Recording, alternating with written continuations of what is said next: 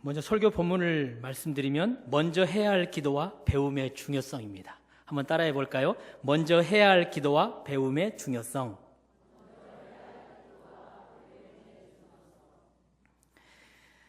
오늘 본문 16절을 보시면 여호와께서 너희 목전에서 행하시는 이 큰 일을 보라. 오늘은 밀베는 때가 아니냐? 내가 여호와께 아뢰리니 여호와께서 우레와 비를 보내사 너희가 왕을 구한 일 곧 여호와의 목전에서 범한 죄악이 큼을 너희에게 밝히 알게 하시리라. 그렇게 기록합니다. 사무엘이 기도합니다. 우리가 기존에 해오던 기도와는 다른 기도.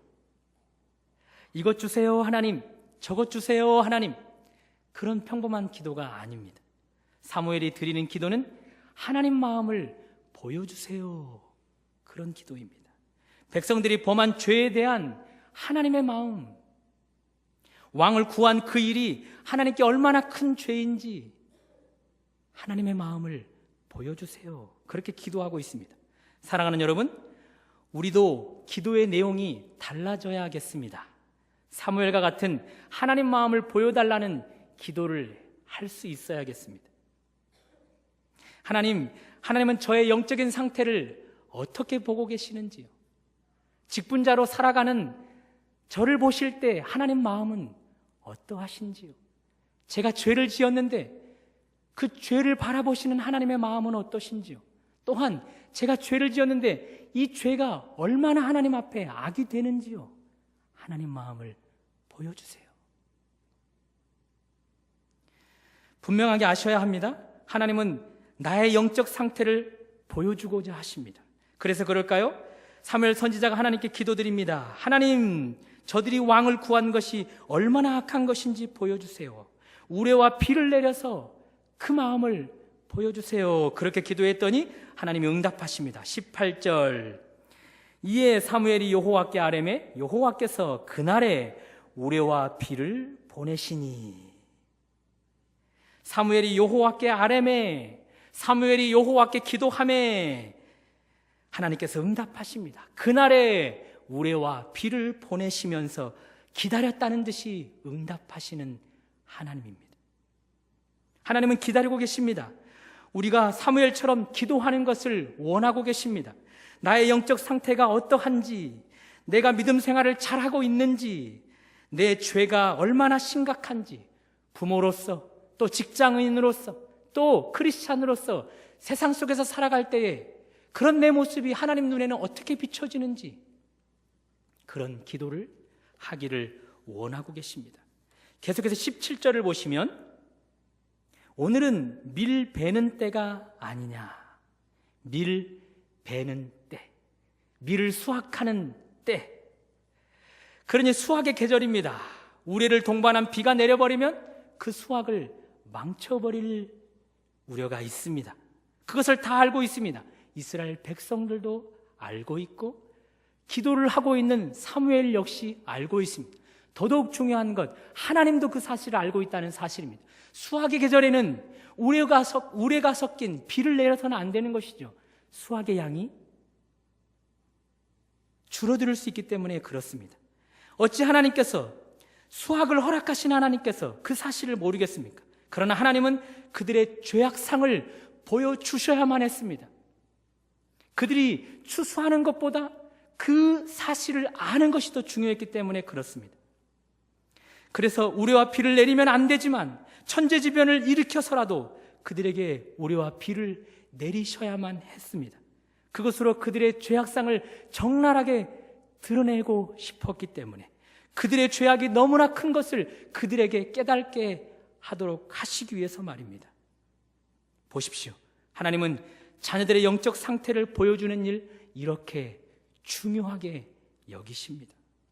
천재지변을 일으켜서라도, 자연계의 흐름을 침범해서라도 하나님은 여러분과 저에게 우리의 영적 상태를 보여주기를 원하십니다. 그러므로 우리는 기도해야 합니다. 추수하는 일보다 나의 영적 상태를 알게 해주십시오. 먼저 기도해야 합니다. 먹고 사는 일 때문에 바빠서 그런 핑계를 대면서 하나님께 그런 기도하는 것을 뒤로 미룰 수가 없습니다. 하나님은 추수보다, 내가 거두어드리는 수확의 양보다 나의 영적 상태를 더 보여주고 싶어 하십니다. 우리의 영적 상태를 아는 것, 우레를 내려 비를 내려 수확을 망치더라도 우리의 영적 상태를 먼저 보여주고 싶어 하십니다. 그런 분 앞에서 어찌 우리가 돈을 벌어야 하기 때문에 제가 이 기도를 잠시 뒤로 미루겠습니다. 정신없이 살다 보니 제가 그런 기도를 뒤로 미룰 수밖에 없습니다라고 핑계댈 수 있겠습니까? 그 모든 손해를 보게 해서라도 영적 상태를 먼저 보여주시라는 하나님 앞에서 말입니다. 이런 의미에서 우리는 기도를 돌아보아야 합니다. 이것 주십시오 하나님, 저것 주십시오 하나님, 그렇게 일관된 기도를 드리고 있는 우리의 기도를 돌이켜야 합니다. 사실 하나님은 그것에 관심이 없습니다.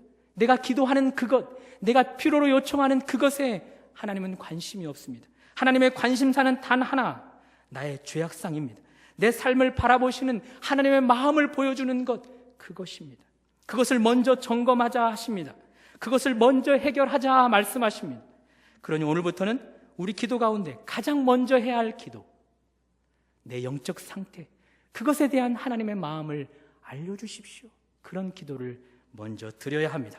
바라기는 여러분과 제가 먼저 해야 할 기도를 드림으로 말미암아 하나님이 보시는 나의 영적 상태, 바르게 깨달음으로 말미암아 그 삶을 회복하는 은혜가 있기를 주님의 이름으로 축원합니다. 계속해서 또 17절을 다시 한번 보시면, 내가 여호와께 아뢰리니 여호와께서 우레와 비를 보내사 너희가 왕을 구한 일 곧 여호와의 목전에서 범한 죄악의 큼을 너희에게 밝히 알게 하시리라. 우리가 먼저 기도해야 할 것이 또 있는데 그것은 영적 리더를 위해 기도해야 합니다. 사무엘을 보면 사무엘은 백성들의 죄를 정확하게 알고 있습니다. 그들이 어떤 죄를 지었는지, 왕을 구한 일, 그 일이 죄인 것을 정확하게 알고 있습니다. 그것이 큰 죄악임을 정확하게 알고 있습니다. 사무엘은 백성들의 영적인 상태를 이렇게 정확하게 진단할 수 있음을 알 수 있습니다. 또 보실까요? 18절. 이에 사무엘이 여호와께 아뢰매 여호와께서 그날에 우레와 비를 보내시니. 하나님이 사무엘의 기도를 듣고 즉각적으로 우레와 비를 내리십니다. 무엇을 알 수 있습니까? 하나님이 사울의 마음과 같음을 알 수 있습니다. 하나님이 그 백성들이 하나님을 제쳐놓고 왕을 구한 것 슬퍼하고 계십니다. 그것이 죄임을 알고 있습니다. 그래서 그들에게 그들의 영적 상태를 보여주시려고 했었습니다. 그때 사무엘이 구했습니다. 그것을 알게 해달라고 말입니다. 그러니 지금 사무엘은 백성들의 영적 상태만 정확하게 진단하는 자가 아니라 하나님의 마음까지 정확하게 아는 자로서 비춰지고 있습니다. 참으로 이 시대에 필요한 리더라 할 수 있지 않겠습니까? 사무엘이 없었다라면 어떻게 할까요? 그들이 지은 죄, 그것을 그들은 알 수 있었을까요? 그들의 죄가 얼마나 큰 죄악인지 알 수 있었을까요? 하나님이 그들 때문에 진노하고 분노하고 싶은 마음인 것을 사무엘이 없었더라면 알 수 있었을까요? 다시 말씀드려서 사무엘 때문에 그들은 자신들의 죄를 되돌아볼 수 있었습니다. 회개하면서 하나님과 나 사이에 막힌 담을 허물어뜨릴 수 있었다는 사실입니다. 사랑하는 여러분, 사무엘과 같은 영적 리더가 필요한 세대입니다. 신앙인들의 영적 상태를 정확하게 볼 수 있는 리더가 필요합니다. 하나님의 마음을 정확하게 아는 리더가 필요한 때입니다. 그런 깨어있는 리더가 절실히 요청되는 시대입니다. 많은 사람들이 교회에 나옵니다. 예배 때마다 수많은 교인들이 교회로 몰려듭니다. 자연스럽게 예배를 드립니다. 자연스럽게 말씀을 듣습니다. 자연스럽게 교회 밖으로 나갑니다. 안타까운 것은 예배 때에, 말씀을 들을 때에 하나님의 마음을 정확하게 알고 가는 사람들이 드뭅니다. 안타까운 것은 자기 자신의 영적인 상태를 정확하게 알고 가는 사람들이 드뭅니다. 그런 사람이 일상의 삶으로 돌아갔을 때 어떤 삶의 변화를 추구할까요? 어떤 삶의 열매를 맺을까요? 반면 예배 때마다 진지한 예배의 현장은 어떨까요? 영으로 진리로 예배하는 자들은 어떨까요? 하나님의 마음을 정확하게 압니다. 자기 자신의 영적인 상태를 정확하게 압니다. 그렇게 하나님을 알고 자기 자신의 영적인 상태를 정확하게 아는 사람들은 그저 자연스럽게 교회의 문 밖을 빠져나가지 않을 것입니다. 비장한 각오와 비장한 발걸음으로 교회 밖으로 빠져나갈 것입니다. 그리고 그들은 삶의 현장으로 비장하게 임할 것입니다. 그런 자들의 삶은 어떨까요? 열매가 있지 않을까요? 변화가 있지 않을까요? 오늘 본문 18절 중반절을 보시면 여호와께서 그날에 우레와 비를 보내신, 그들이 반응하고 있습니다. 모든 백성이 여호와와 사무엘을 크게 두려워하니라. 하나님께서 우레와 비를 보내시자 그들이 하나님과 사무엘을 두려워하고 있습니다. 하나님을 알게 되자, 그들의 영적 상태를 깨닫게 되자 그들이 두려워 기도합니다. 19절 모든 백성이 사무엘에게 이르되 당신의 종들을 위하여 당신의 하나님 여호와께 기도하여 우리가 죽지 않게 하소서. 하나님, 우리가 지은 모든 죄 외에 왕을 구하는 악을 더하였습니다. 그러니 우리를 살려주십시오. 우리가 많은 죄를 짓는 것에서 멈추지 않고 더 많은 죄악을 지었습니다. 살려주세요. 회개하면서 기도하고 있습니다.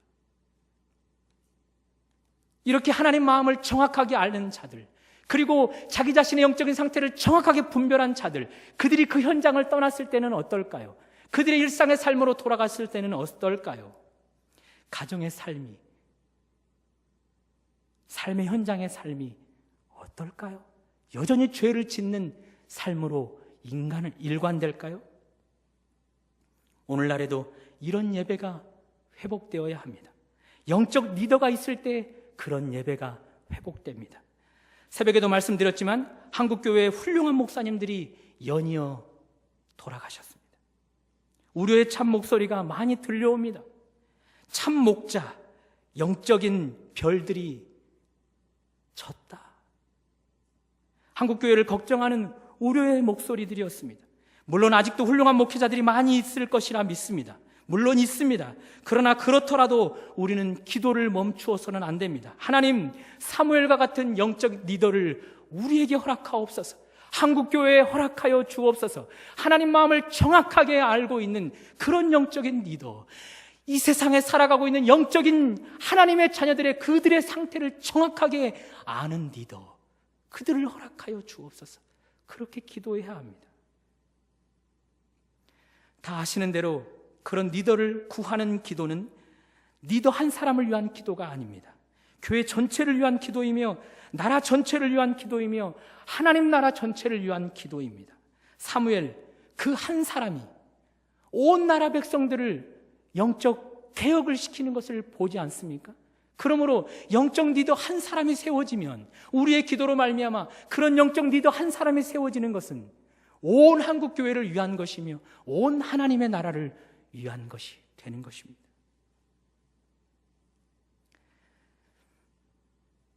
담임 목사님 자주 말씀하십니다. 충신교회에 온 뒤로 더 많이 성장하셨다고, 해가 거듭할수록 신앙이 더 깊어져 간다고 말씀하십니다.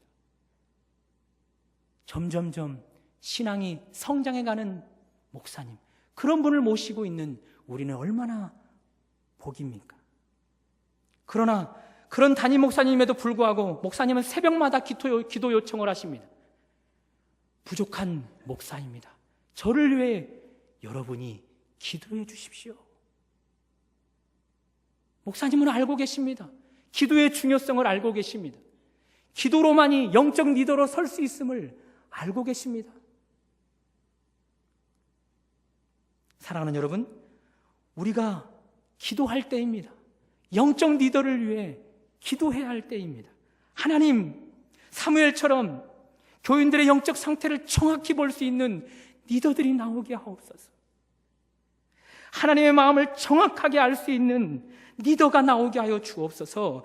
하나님의 마음을 매 설교 시간마다 거울처럼 분명하게 보여줄 수 있는 그런 리더가 나오게 하여 주옵소서. 그럴 때에 충신교회는, 그럴 때에 한국교회는 주님이 원하시는 바로 그 교회로 성장해 갈 것입니다. 그런 은혜가 여러분의 기도로 있기를 주님의 이름으로 축원합니다. 그렇다면 나의 영적 상태를 알고 하나님의 마음을 안 사람들은 이제 어떤 자세를 취해야 하는가? 오늘 보면 18절을 계속해서 보시면 그들은 자신들의 죄악상을 깨달았습니다. 얼마나 큰 죄를 지었는지 깨달았습니다. 회개하면서 살려달라고 기도했습니다. 그때부터 용서가 임할 텐데 그들은 두려워하기 시작합니다. 20절, 사무엘이 백성에게 이르되 두려워하지 말라. 살려달라고 회개하면서 나아갔기 때문에 이제부터는 하나님의 은혜가 임할 텐데 그들은 두려워하고 있습니다. 사무엘이 그들에게 두려워하지 말라라고 말할 정도로 그들은 두려움에 사로잡혔습니다. 그래서 사무엘은 힘을 주어 강조합니다. 20절 중반절을 보시면 너희가 과연 이 모든 악을 행하였으나 여호와를 따르는 데에서 돌아서지 말고 오직 너희의 마음을 다하여 여호와를 섬기라. 사랑하는 여러분, 죄에 대하여 깨닫는 것보다 더 중요한 것이 있는데 그것은 어떤 악을 행했든지 하나님을 너무 두려워해서는 안 된다는 사실입니다. 너무 두려워서 나의 심각한 죄 때문에 하나님을 따르는 데에서 돌아서 버리는 일들이 있을 수 있다는 것입니다. 너무 두려운 나머지 하나님을 향하던 마음을 접어버리는 일들이 있을 수 있다는 사실입니다. 그러니 하나님을 향한 마음이 어떤 악이 지속되더라도 돌아서는 안 됩니다. 하나님을 향한 마음이 돌이켜져 버리면 안 됩니다. 너무 심각한 죄를 지어보셨습니까? 하나님을 믿는데 너무 큰 죄를 지어본 분들 이곳에 계십니까? 그럴 때 어떤 마음이 드시던가요? 저는 과거 하나님을 믿음에도 불구하고 죄를 지어봤기 때문에 그 마음을 너무나 잘 압니다. 느낌 아니까 너무나 잘 압니다. 그래서 자신 있게 말할 수 있습니다. 하나님을 믿음에도 불구하고 반복적으로 죄를 짓게 될 때, 그런 나의 죄악성을 절실하게 적나라하게 알게 될 때 하나님이 두렵습니다.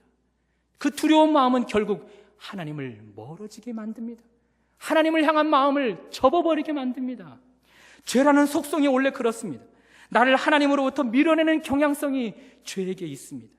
아담과 하와에게서 우리가 볼 수 있듯이 죄는 하나님에게서 달아나게 만듭니다. 죄는 하나님에게서 숨어버리도록 만듭니다.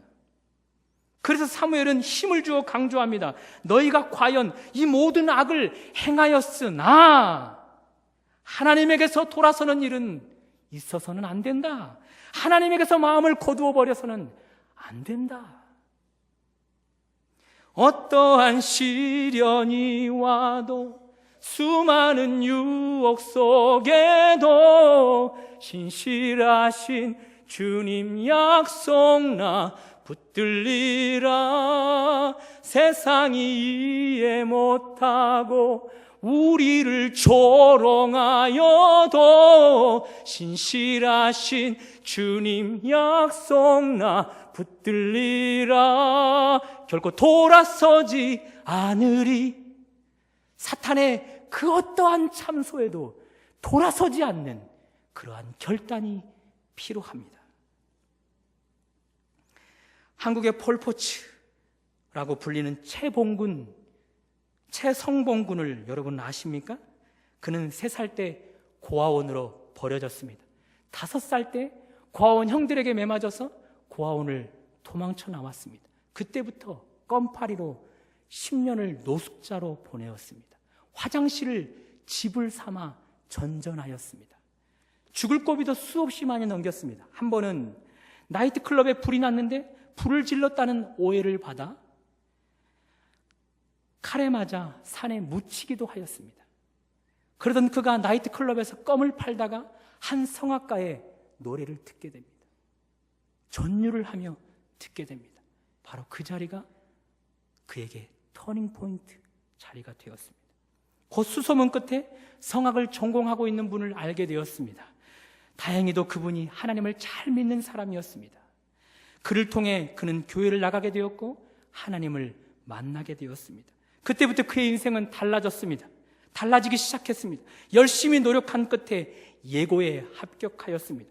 권위 있는 콩쿠르에 나가서 준우승까지 하였습니다. 그가 인터뷰를 하면서 과거의 일을 회상하며 그의 입으로 이렇게 말합니다. 저는 자살하고 싶은 마음이 들 때마다 하나님을 찾았습니다. 다시 한번. 저는 자살하고 싶은 마음이 들 때마다 하나님을 찾았습니다. 그럴 때마다 십자가를 붙잡고 거기서 들려오는 하나님의 음성을 들으며 몸부림쳤습니다. 그렇게 십자가의 사랑으로 저는 변화되었습니다.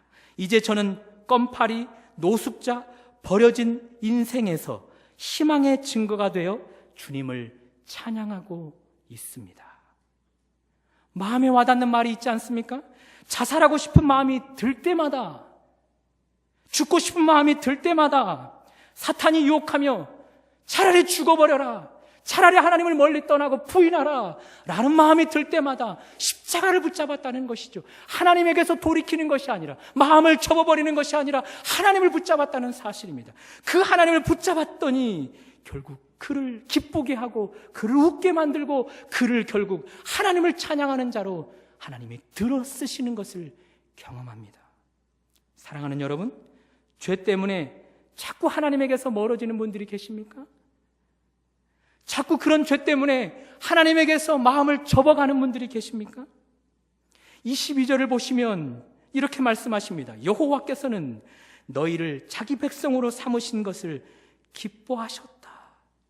여호와께서 너희를 자기 백성으로 삼으신 것을 기뻐하셨다.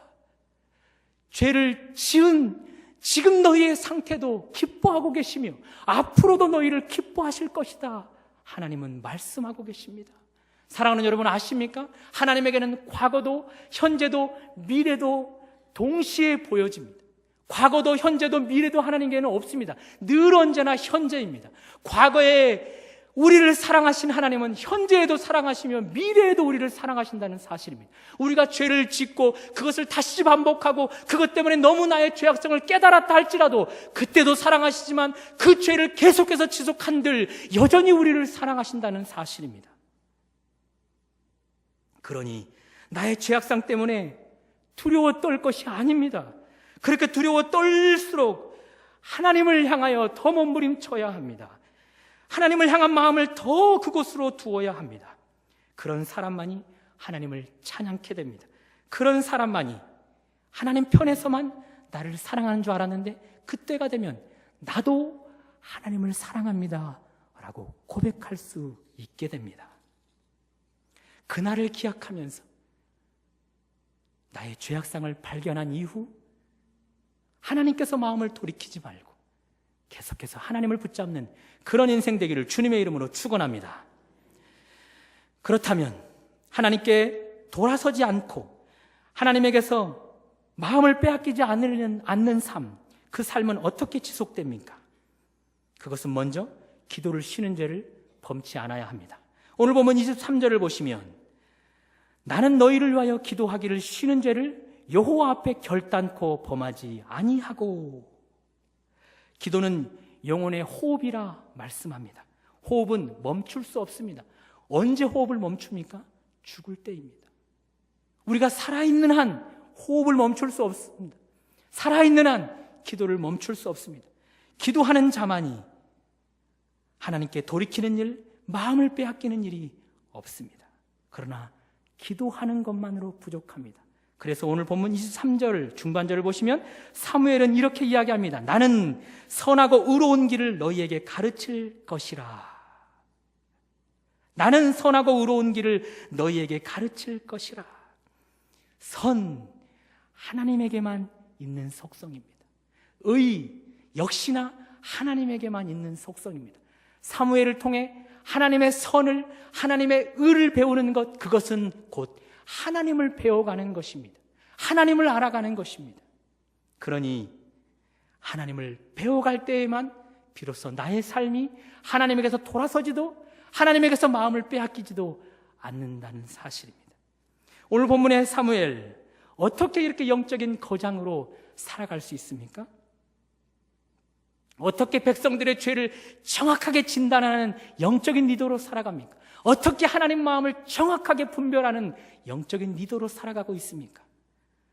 과정이 있었습니다. 그 과정은 그의 어린 시절로 우리를 이끌어 가는데요, 사무엘상 2장을 보시면 사무엘이 젖을 뗀 이후 하나님의 성전에서 살아갑니다.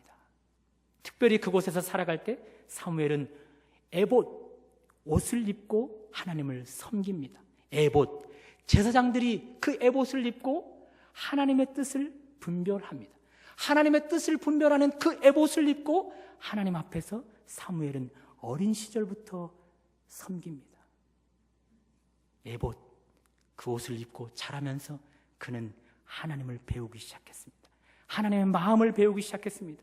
하나님의 뜻을 분별하기 시작했습니다. 하나님의 선한 길이 무엇인지, 하나님의 의로운 길이 무엇인지 그는 배우기 시작했습니다. 그 결과 오늘의 사무엘로 그는 쓰임받고 있습니다. 그 결과 하나님의 뜻을 정확하게 분별하는 자로 백성들의 죄악상을 그대로 적나라하게 지적해주는 자로 쓰임받고 있습니다. 바울은 말합니다. 하나님을 아는 지식이 가장 고상하다. 나 바울은 그 지식을 아는 일에는 다른 모든 지식을 배설물로 여길 수도 있다라고 말씀합니다. 영적 거장 사도 바울도 하나님을 알아가기 위해 그렇게 몸부림치고 있다면 영적으로 미성숙한 우리야 더해야 되지 않겠습니까?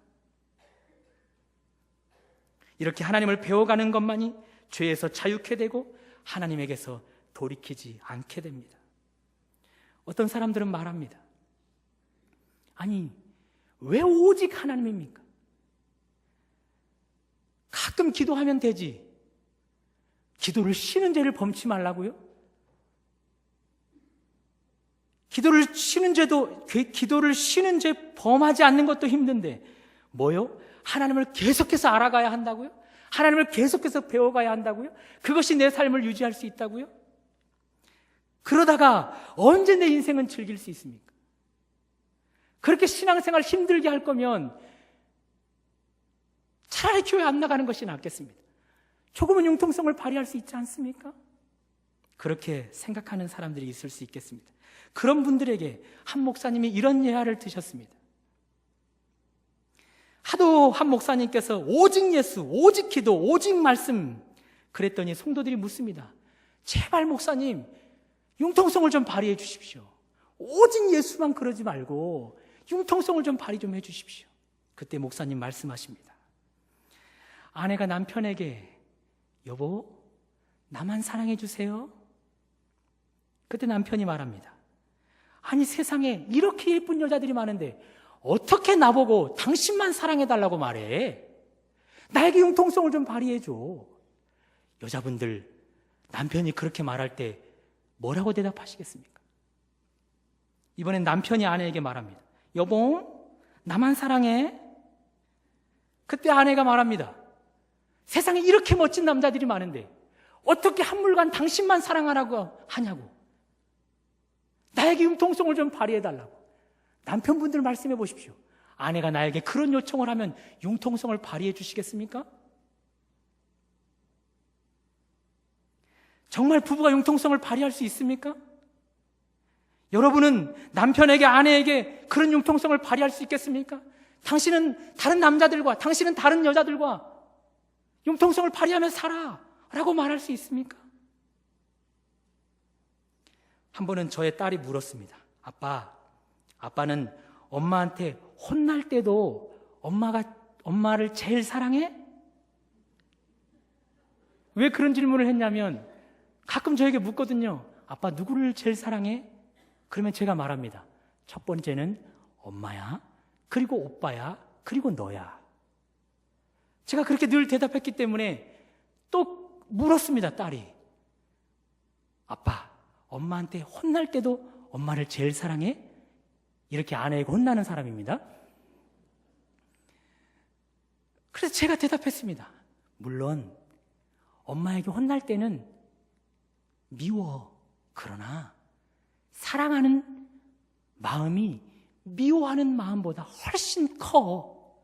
그렇기 때문에 아빠 마음은 변하지 않아. 지금 생각해도 참 말을 잘했다 생각합니다. 제가 갑자기 이런 말씀을 왜 드리죠? 저는 오직 아내라는 것이죠. 융통성을 부부관계에서 어찌 발휘할 수 있단 말입니까? 사랑하는 여러분, 오직 기도여야만 합니다. 사랑하는 여러분, 오직 하나님을 알아가는 것으로만 우리의 삶을 유지할 수 있음을 믿으셔야 합니다. 결코 부부 사이에도 융통성을 발휘할 수 없듯이 하나님과 나 사이에는 더더 융통성을 발휘할 수 없습니다. 학취계진이라는 말을 아십니까? 학취계진. 배울 학, 이룰 취, 열계, 나아갈 진.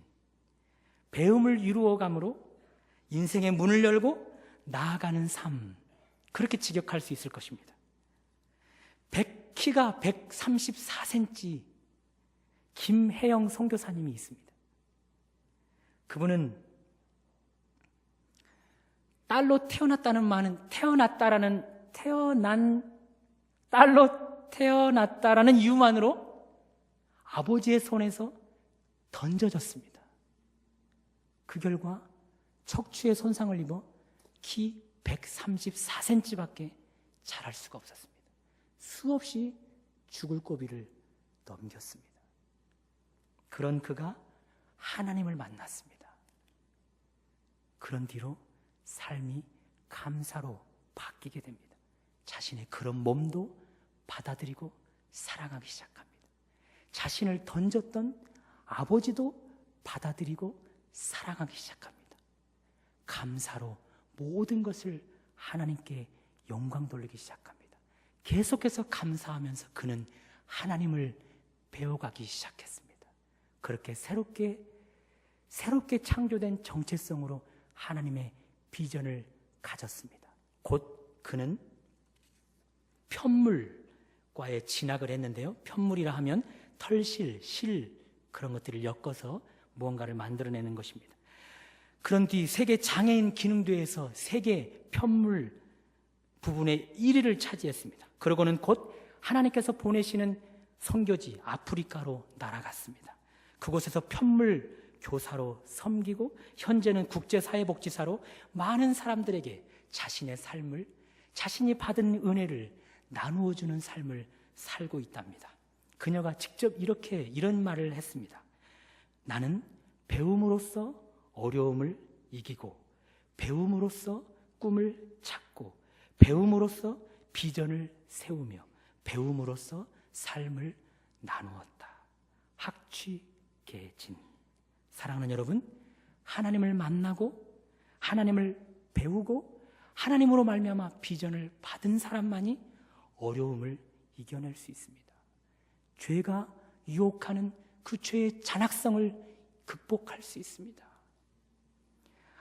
바라기는 여러분과 제가 하나님을 배우는 일, 그것을 온전히 이루어서 그 배움의 삶으로 인생을 열어서 우리의 영향력을 미칠 수 있는 모든 사람들에게 내가 받은 은혜, 내가 체험한 경험, 그런 것들을 나누어 줄 수 있는 인생 되기를 바랍니다. 이제 말씀을 맺겠습니다. 우리는 먼저 해야 할 기도가 있습니다. 이것저것 하나님 주세요. 그렇게 기도하기 전에 하나님, 나의 영적 상태를 보여주세요. 나를 보시는 하나님 마음을 알려주세요. 그런 기도를 해야 합니다. 내 연약성, 내 죄악성, 그것을 깨닫게 해달라고 기도해야 합니다.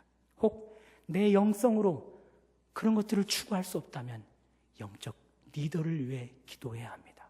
그 영적 리더를 위해서 기도할 때 하나님은 그 영적 리더를 통해 여러분들의 영적 상태를 보여주실 것입니다. 그러나 그때 중요한 것이 있습니다. 내 죄악상을 너무나 크게 발견했을 때 너무 무서워해버리면 안 됩니다. 그럴수록 하나님을 붙잡아야 합니다. 그럴수록 하나님께서 나를 사랑하시고 계심을 기억해야 합니다. 나도 언젠가는 하나님을 기쁘게 해드릴 수 있는 존재임을 알아야 합니다. 끝으로 우리는 기도를 쉬는 죄를 범치 않아야 합니다. 호흡이 있는 동안 기도를 하셔야 합니다. 특히 기도하면서 하나님을 알아가는 일이 허락되도록 기도해야 합니다. 바라기는 하나님을 알아가고 하나님을 배우고 하나님을 학습하여서 모든 어려움을 극복하고 꿈을 찾고 비전을 세우며 결국 하나님 안에서 나누는 인생, 그런 인생 되기를 주님의 이름으로 축원합니다. 기도하시겠습니다.